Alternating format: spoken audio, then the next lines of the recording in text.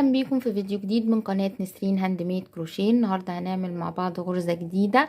الحقيقة الغرزة بتاعتنا احنا عملناها في الفيديو اللي فات على شكل شال مثلث. النهاردة ان شاء الله هنعملها في شال مستطيل او سكارف، او ممكن نعمل منها بطانية، ممكن ندخلها في كذا استخدام. وهي غرزة بسيطة بتتعمل من تكرار 4 سطور بس، والاساس الغرز بتاعتها غرزة الحشو والعمود بلفة، وطبعا الغرزة الأساسية اللي هي غرزة الباف. ان شاء الله الغرزة تعجبكم وتكون سهلة وبسيطة عليكم. ويلا بينا نبدأ الفيديو بتاعنا. انا هشتغل بخيط هيمالايا افريداي سوبر لوكس، وهستخدم ابرة رقم 4. هبدأ اعمل عقدة البداية، والغرزة بتاعتنا بتتعمل من مضاعفات العدد 12، وبعد كده هزود عليهم 4 غرز سلسلة زيادة. فانا هبدأ ارتفع 12 سلسلة كده، 2 3 4 5 6 7 8 9 10 11 12، وهزود 12 غرزة ورا 12 غرزة لغاية لما اوصل للارتفاع اللي انا عايزاه. انا هكملهم ل 36 غرزة سلسلة، وارجع ازود معاكم 4 غرز زيادة. انا كده اشتغلت 36 غرزة سلسلة، فاضل ان انا ازود 4 غرز زيادة، 1 2 3 4 بالشكل ده كده. وانا هبدأ اشتغل السطر ده كله غرز حشو، يعني ده مش ما يعتبرش لسه السطر الاولاني من الغرزة، ده يعتبر اساس للشغل. فهبدأ اشتغل في تاني غرزة سلسلة، يعني هسيب اول غرزة وهدخل في الغرزة التانية اشتغل غرزة حشو، وفي كل غرزة هشتغل فيها غرزة حشو. يعني السطر زي ما احنا اتفقنا هيبقى كله غرز حشو بالشكل ده كده.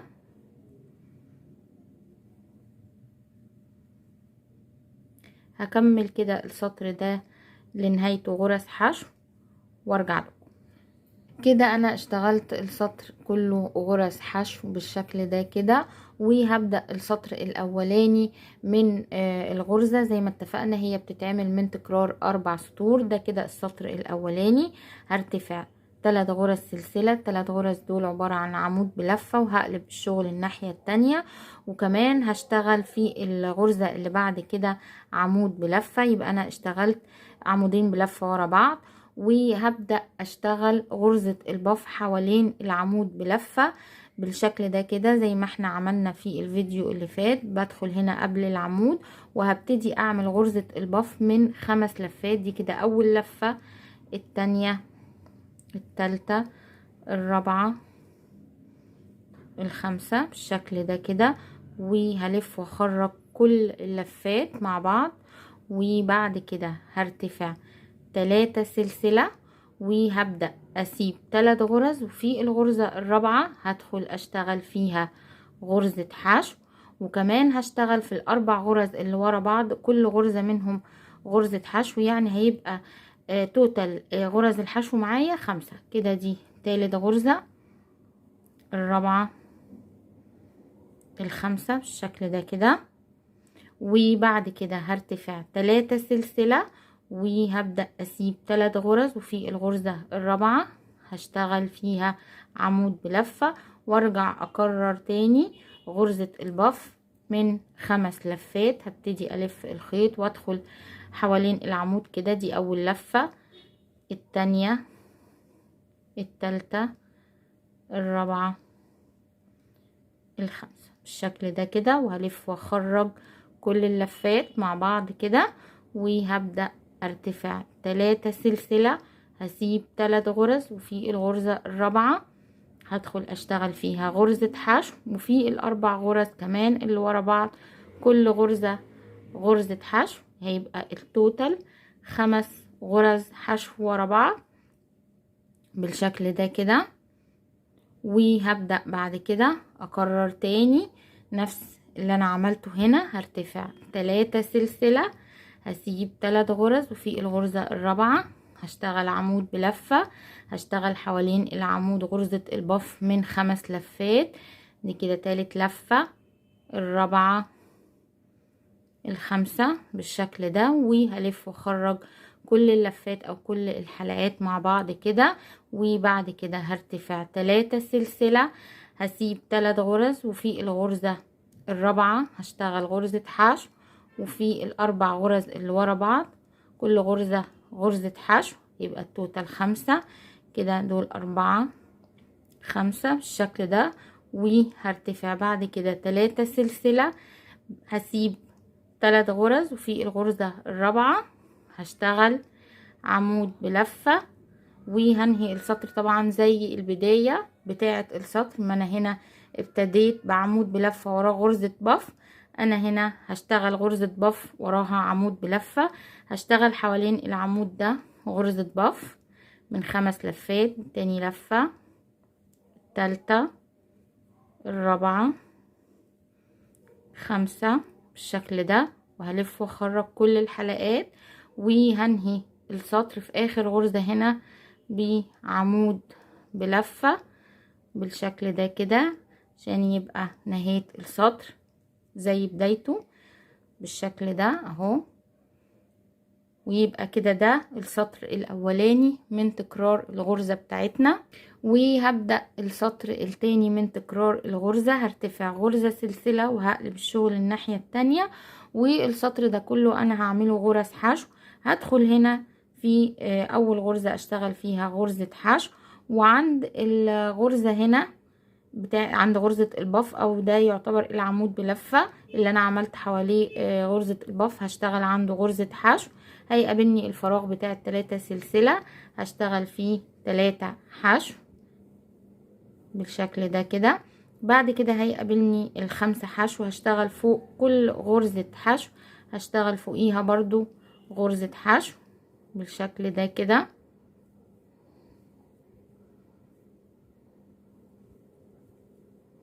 وهيقابلني الفراغ بتاع ال3 سلسلة، هدخل اشتغل فيه 3 غرز حشو كده، التانية، التالتة. هيقابلني غرزة الباف، هدخل هنا اشتغل غرزة حشو بالشكل ده، وعند الفراغ بتاع ال3 سلسلة هشتغل 3 حشو، وهكرر كده بنفس الطريقة. هدخل عند ال5 حشو هشتغل فوق كل غرزة حشو هنا هشتغل فوقيها غرزة حشو. الفراغ ده هشتغل فيه 3 حشو. عند غرزة الباف هنا غرزة حشو، الفراغ بتاع ال3 سلسلة هشتغل فيه 3 حشو، وهكمل كده بنفس الطريقة لنهاية السطر. وصلت كده لنهاية السطر، واخر حاجة اشتغلت في الفراغ 3 حشو. هيقابلني بعد كده غرزة الباف، هدخل هنا اشتغل عند غرزة الباف او عند العمود اللي انا اشتغلت حواليه غرزة الباف، هنا هشتغل غرزة حشو. وهنا عندي اخر عمود بلفة اللي هو عبارة عن 3 سلاسل، هدخل اشتغل في تالت غرزة سلسلة برضو غرزة حشو، يبقى انا نهاية السطر هنا في غرزتين حشو. وما نساش طبعا العمود ده عشان ما تتلخبطيش وما تفتكروش غرزة، لا دي غرزة وهنشتغل فيها غرزة حشو عشان عدد الغرز يبقى مظبوط معانا بالشكل ده كده. يبقى انا خلصت السطر التاني من تكرار الغرزة، وهبدأ السطر الثالث من تكرار الغرزة. هبتدي ارتفع غرزة سلسلة وهقلب الشغل الناحية التانية.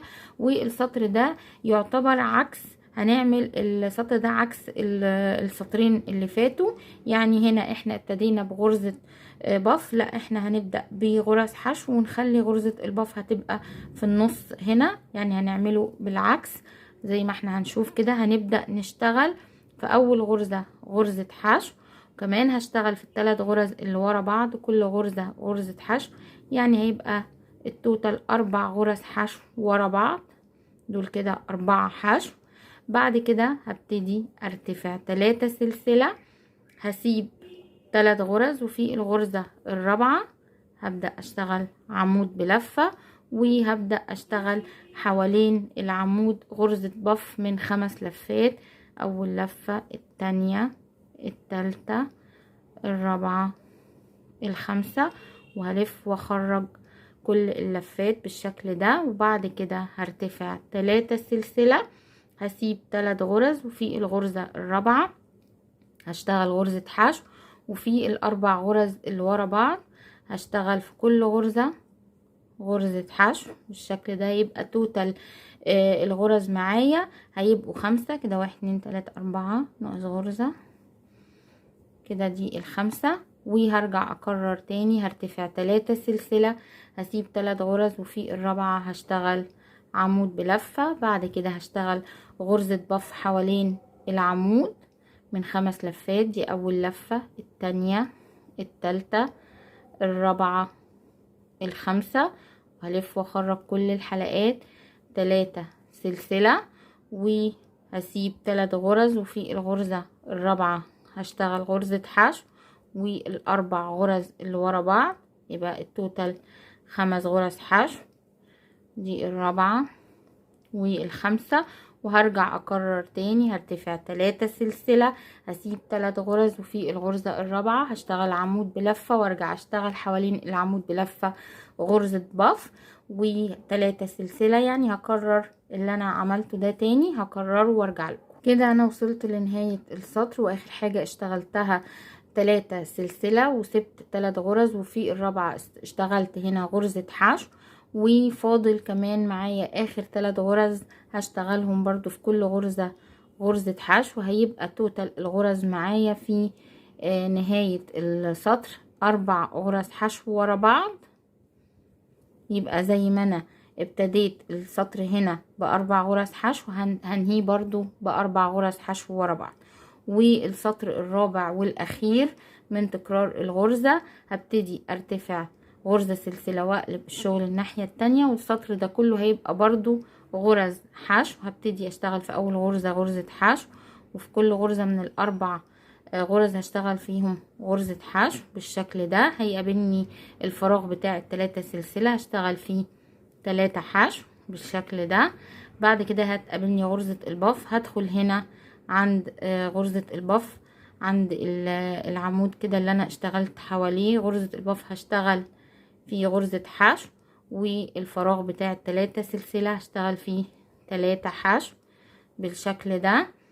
وبعد كده هيقابلني ال5 حشو ورا بعض، هدخل اشتغل في كل غرزة من ال5 حشو غرزة حشو برضو كده، 2 3 4 5، والفراغ بتاع ال3 سلسلة هشتغل فيه 3 حشو.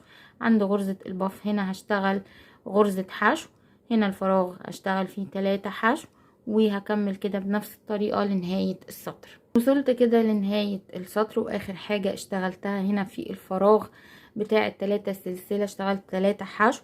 فاضل ال4 حشو دول هشتغل فوق كل غرزة منهم غرزة حشو بالشكل ده. يبقى انا كده خلصت ال4 سطور بتوع الغرزة، وهرجع اكررهم تاني ابتداء من السطر الاولاني. هبدأ ارتفع 3 سلسلة، ده كده السطر الاولاني من تكرار الغرزة، بكرره تاني 3 سلسلة دول عمود بلفة، وهقلب الشغل الناحية التانية، وهدخل في الغرزة اللي بعد كده هشتغل فيها عمود بلفة، وهبدأ اشتغل غرزة بف حوالين العمود ده من 5 لفات. تاني لفة، التالتة، الرابعة، الخامسة، وهلف واخرج كل اللفات. وبعد كده هرتفع 3 سلسلة، هسيب 3 غرز، وفي الغرزة الرابعة هشتغل غرزة حشو، وفي ال4 غرز اللي ورا بعض هشتغل فوق كل غرزة غرزة حشو بالشكل ده. دي كده 4 ودي 5 غرزة، يبقى انا اشتغلت 5 غرز حشو ورا بعض. بعد كده هرتفع 3 سلسلة، هسيب 3 غرز، وفي الغرزة الرابعة هشتغل عمود بلفة، وهشتغل بعد كده حوالين العمود غرزة بف من 5 لفات، الرابعة، الخامسة بالشكل ده. المفروض انا نسيت اقول لكم ان بيبقى معايا 11 لفة على الابرة، هلف واخرج كل اللفات. وبعد كده هرتفع 3 سلسلة، هسيب 3 غرز، وفي الغرزة الرابعة هشتغل غرزة حشو، والاربع غرز اللي ورا بعض هشتغل في كل غرزة يعني غرز حشو، هيبقى التوتال الغرز 5 بالشكل ده. وهرجع اكرر تاني، هرتفع 3 سلسلة، هسيب 3 غرز، وفي الغرزة الرابعة هشتغل عمود بلفة، وبعد كده هشتغل حوالين العمود غرزة بف من 5 لفات، وبعد كده 3 سلسلة، هسيب 3 غرز، وارجع اشتغل 5 غرز حشو ورا بعض. هكمل كده للنهاية وارجع لكم. وصلت كده لنهاية السطر، واخر حاجة اشتغلتها 5 غرز حشو ورا بعض، وراهم 3 سلسلة. هسيب 3 غرز، وفي الغرزة الرابعة هشتغل عمود بلفة، وارجع اشتغل حوالين العمود غرزة بف من 5 لفات. تالت لفة، الرابعة، الخامسة، وهلف واخرج كل اللفات.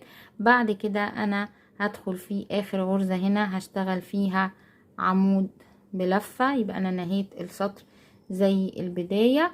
وهبدأ السطر التاني من تكرار الغرزة، هرتفع غرزة سلسلة وهقلب الشغل الناحية التانية، والسطر ده هيبقى كله غرز حشو. هدخل في اول غرزة اشتغل غرزة حشو، وهدخل هنا عند غرزة البف، عند الغرزة هنا او العمود اللي انا اشتغلت حواليه بف هشتغل غرزة حشو. هيقابلني ال3 سلسلة، هشتغل فيه الفراغ 3 حشو بالشكل ده. هيقابلني ال5 حشو، هشتغل فوق كل غرزة من ال5 غرزة حشو بالشكل ده كده، وهرجع اكرر تاني. هيقابلني الفراغ بتاع ال3 سلسلة، هشتغل فيه 3 حشو. هتقابلني غرزة الباف، هدخل هنا اشتغل غرزة حشو بالشكل ده، وهيقابلني ال3 سلسلة، هدخل اشتغل في الفراغ 3 حشو، وهكمل كده بنفس الطريقة لنهاية السطر. وصلت كده لنهاية السطر، واخر حاجة هنا اشتغلت في الفراغ 3 حشو. هيقابلني بعد كده غرزة البف، هدخل هنا اشتغل عند العمود هنا غرزة حشو، وفي هنا اخر عمود بلفة اللي هو عبارة عن 3 سلاسل. هدخل في تالت غرزة سلسلة اشتغل غرزة حشو، يبقى برضو بداية السطر زي نهايته. نخلي بالنا عشان يبقى عدد الغرز بتاعنا مظبوط، عشان السطور اللي بعد كده ما يبقاش فيها لخبطة. وده كده كان السطر التاني، وهبدأ اكرر السطر التالت من تكرار الغرزة. هعمله عكس السطرين الاولانيين، فهبدأ ان انا ارتفع غرزة سلسلة واقلب الشغل الناحية التانية، وادخل في اول غرزة اشتغل غرزة حشو، وفي ال3 غرز اللي ورا بعض كل غرزة غرزة حشو، يعني هيبقى 4 غرز حشو ورا بعض بالشكل ده. يبقى انا اشتغلت كده 4 غرز حشو ورا بعض. بعد كده هعمل الغرزة بتاعتي، هرتفع 3 سلسلة، هسيب 3 غرز، وفي الغرزة الرابعة هشتغل فيها عمود بلفة. وبعد كده هبدأ اشتغل حوالين العمود بلفة غرزة بف من 5 لفات. تاني لفة، التالتة، الرابعة، الخامسة، وهلف واخرج كل اللفات.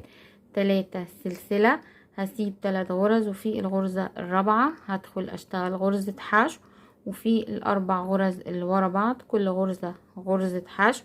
هيبقى التوتال 5 غرز حشو ورا بعض بالشكل ده. وهبدأ اكرر تاني، هرتفع 3 سلسلة، وهبدأ بقى اكرر اللي انا عملته. هسيب 3 غرز، في الغرزة الرابعة اشتغل عمود بلفة، وارجع اشتغل حوالين العمود بلفة غرزة باف من 5 لفات. 3 غرز سلسلة، هسيب 3 غرز، هشتغل 5 غرز حشو ورا بعض. هكمل كده بنفس الطريقة لنهاية السطر. وصلت كده لنهاية السطر، واخر حاجة اشتغلتها غرزة بف وراها 3 سلسلة، هسيب 3 غرز، وفي الغرزة الرابعة هدخل اشتغل غرزة حشو.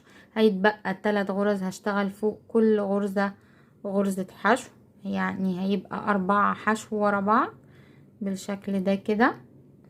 يبقى انا كده خلصت السطر الثالث، والسطر الرابع هيبقى كله غرز حشو. هبتدي ارتفع غرزة سلسلة واقلب الشغل الناحية التانية، وهدخل اشتغل في كل غرزة من ال4 غرزة حشو.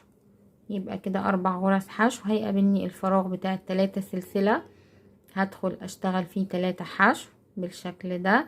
هيقابلني بعد كده غرزة البف، هدخل هنا اشتغل غرزة حشو، والفراغ بتاع ال3 سلسلة 3 حشو بالشكل ده. ال5 حشو دول هشتغل فوق كل غرزة منهم غرزة حشو بالشكل ده كده. وهكمل كده بنفس الطريقة. هدخل هنا اشتغل 3 حشو عند غرزة البف، هنا غرزة حشو، وهنا في الفراغ 3 حشو. هكمل كده لنهاية السطر بالشكل ده كده. انا وصلت لنهاية السطر، وده كده كانوا الاربع سطور تكرارهم تاني. وطبعا هتفضلي تكرري الاربع سطور بقى بتوعك لغاية لما توصلي للارتفاع اللي انتي محتاجاه. سواء بقى هتعمليه شال مستطيل او سكارف زي ما تحبي. انا هشتغل كده شوية وارجع اوريكم شكل الغرزة عامل ازاي.